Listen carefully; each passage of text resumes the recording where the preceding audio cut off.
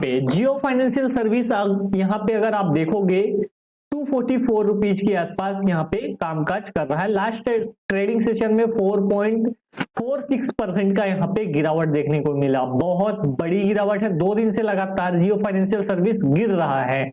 इसके पीछे की जो वजह है वो यहाँ पे जानने का प्रयास करेंगे।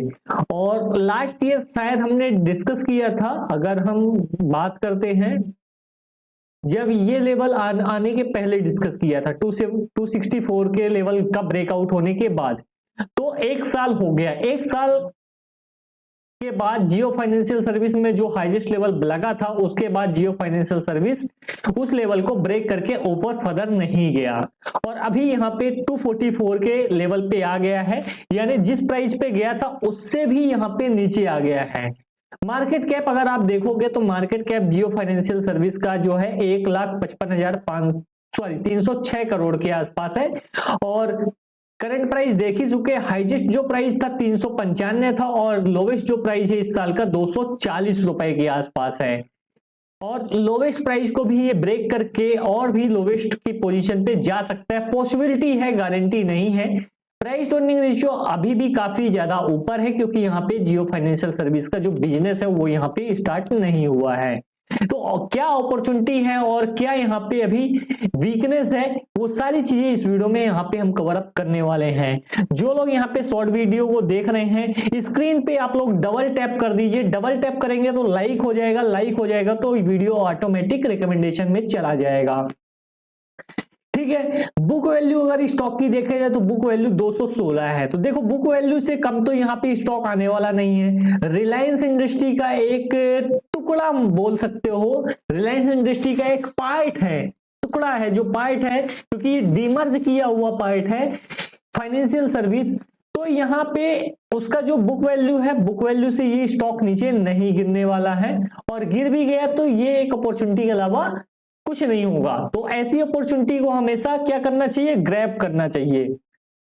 और रिटर्न ऑन कैपिटल एम्प्लॉयड अगर आप देखोगे, रिटर्न ऑन कैपिटल एम्प्लॉयड 1.55 के आसपास है और रिटर्न ऑन इक्विटी 1.27 के आसपास है। ठीक है, तो ये थी यहाँ पे basic detail. Face value stock की जो देखने को मिल रही है वो यहाँ पे 10 देखने को मिल रही है। तो बेसिक डिटेल यहां तक थी। अब इसके बाद क्या चीजें हमको देखना है, उसके लिए हमको कैलकुलेटर ओपन करना पड़ेगा।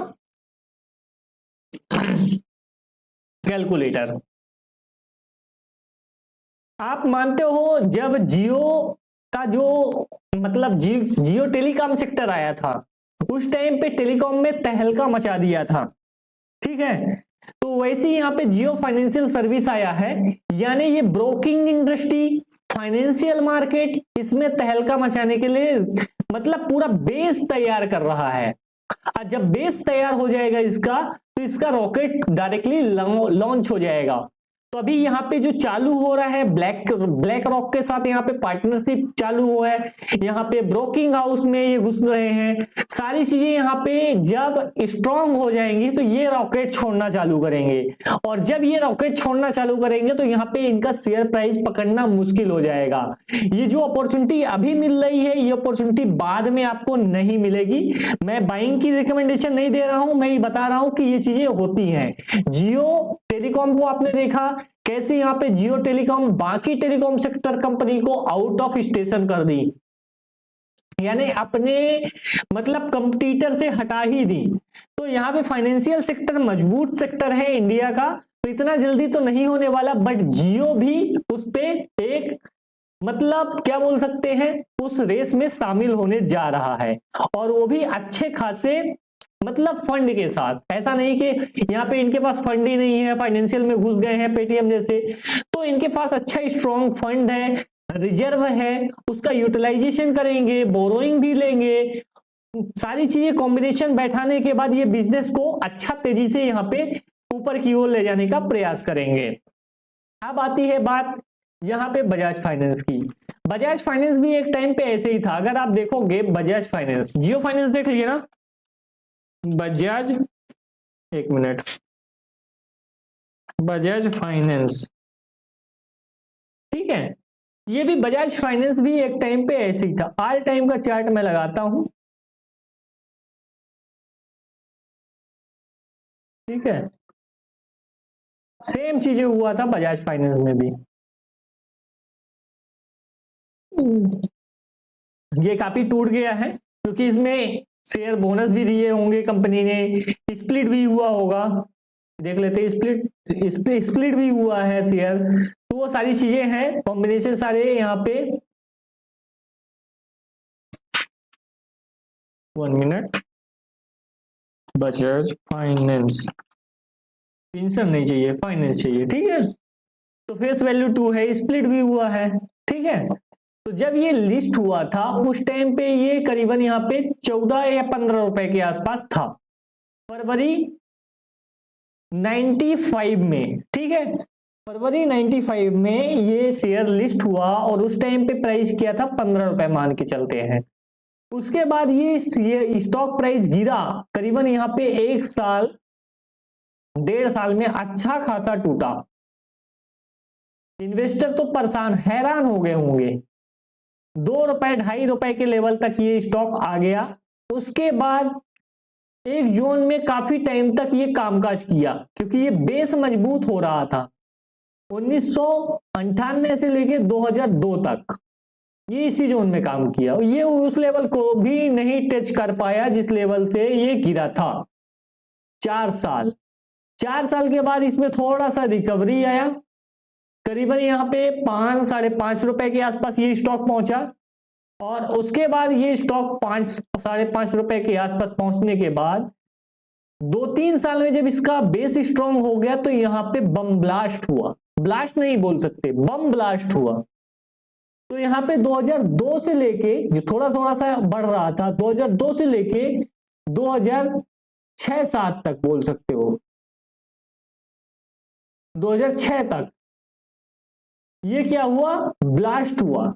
5 रुपए से लेके 50 रुपए चला गया 4 साल के अंदर, यानी 10 टाइम्स 4 ईयर के अंदर हो गया, 10 टाइम्स बोल सकते हो गिरा था। और इनिशियल प्राइस से कितना हुआ, 14-25-60 बोल सकते हो, या तो 5 टाइम्स 4 टाइम्स के आसपास, 12-4-48, तो 4 टाइम्स के आसपास नियर बोल सकते हो।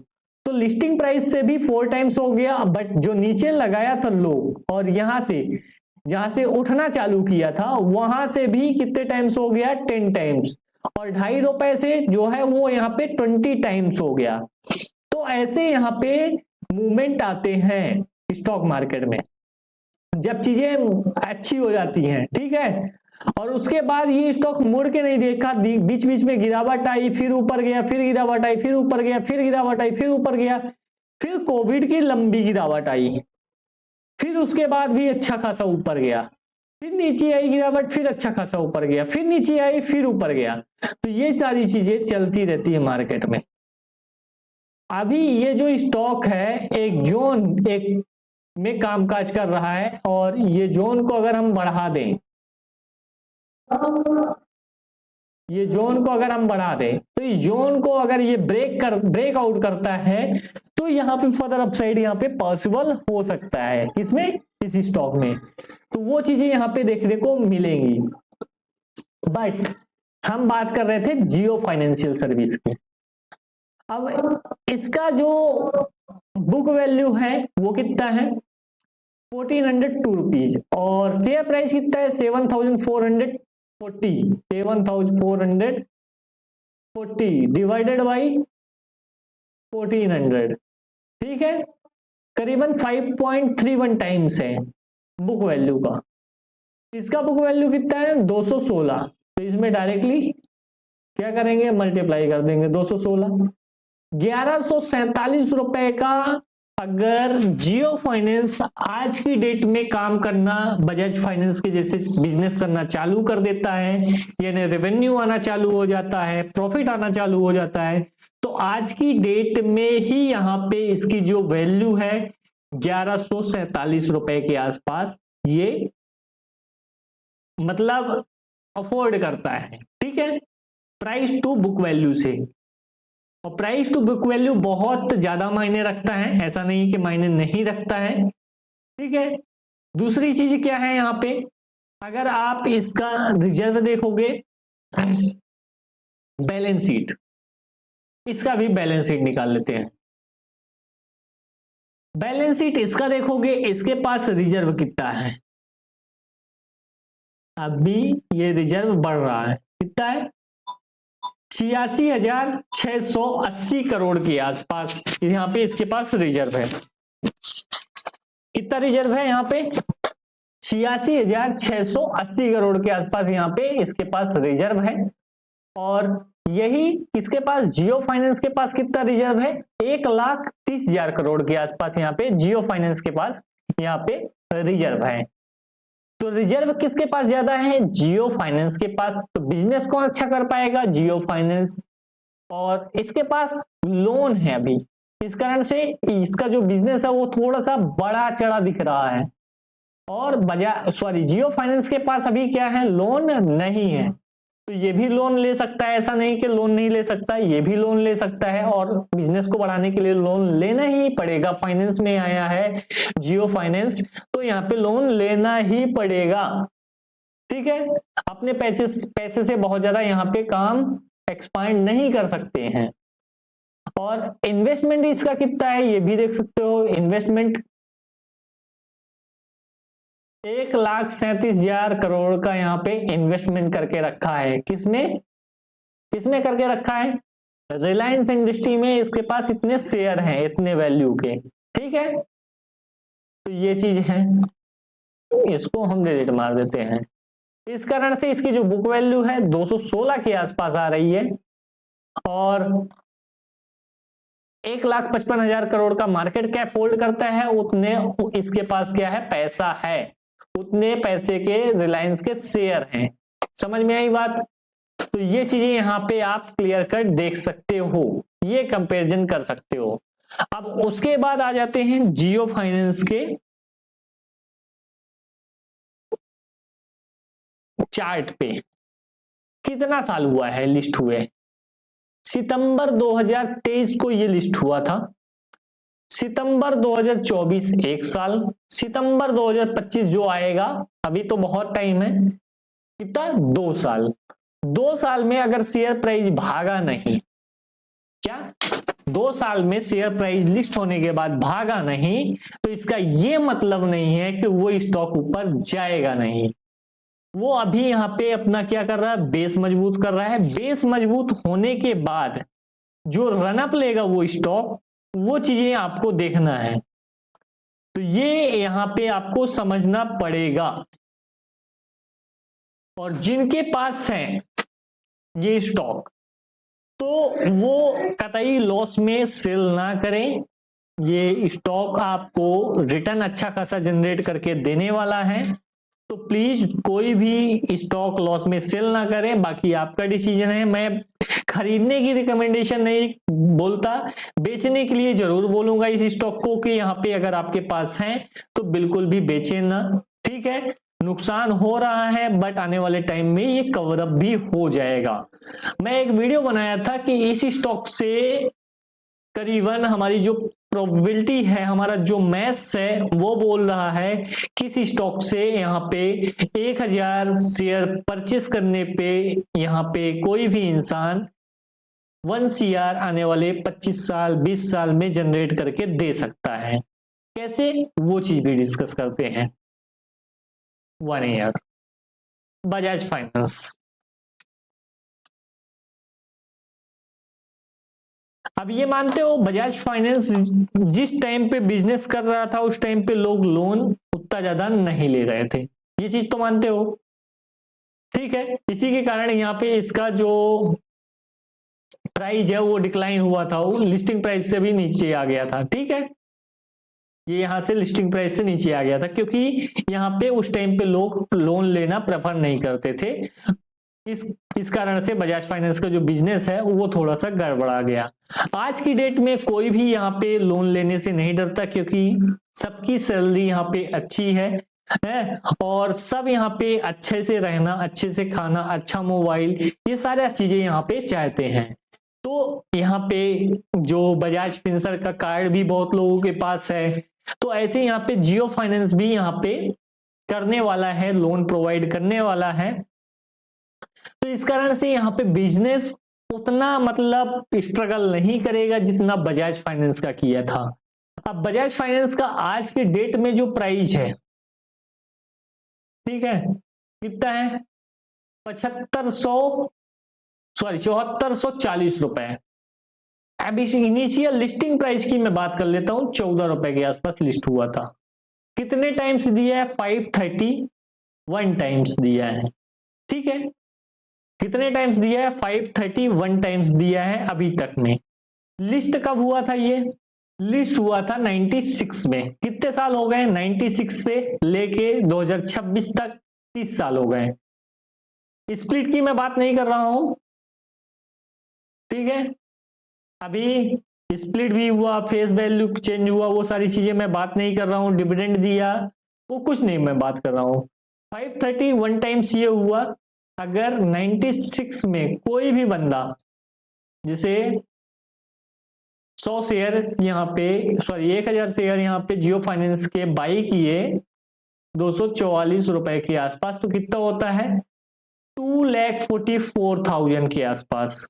कितना होता है? 2,44,000 के आसपास इंटू 500 टाइम्स। स्प्लिट की मैं बात नहीं कर रहा हूं, शेयर प्राइस की बात कर रहा हूं 30 साल में, जैसे बजाज।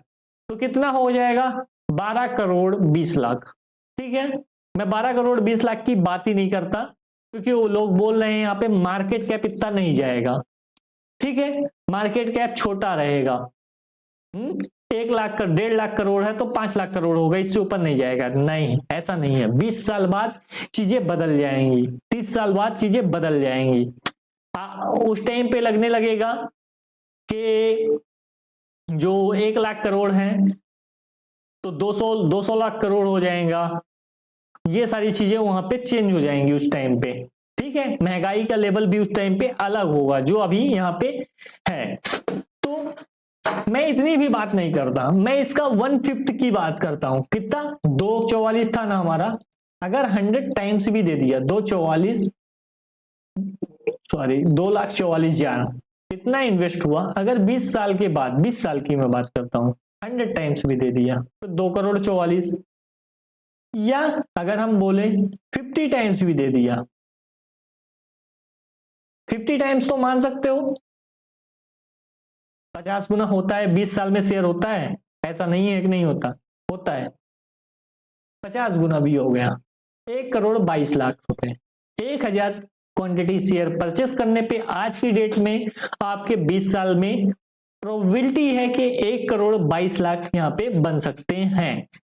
प्रोबेबिलिटी है। अब यहाँ पे 20 साल में हम रिटर्न भी देख लेते हैं बजाज फाइनेंस का कितना है। कब से देखा जाए? यहाँ पे 2005 से, 2006 से देखते, तेजी के बाद, ठीक है।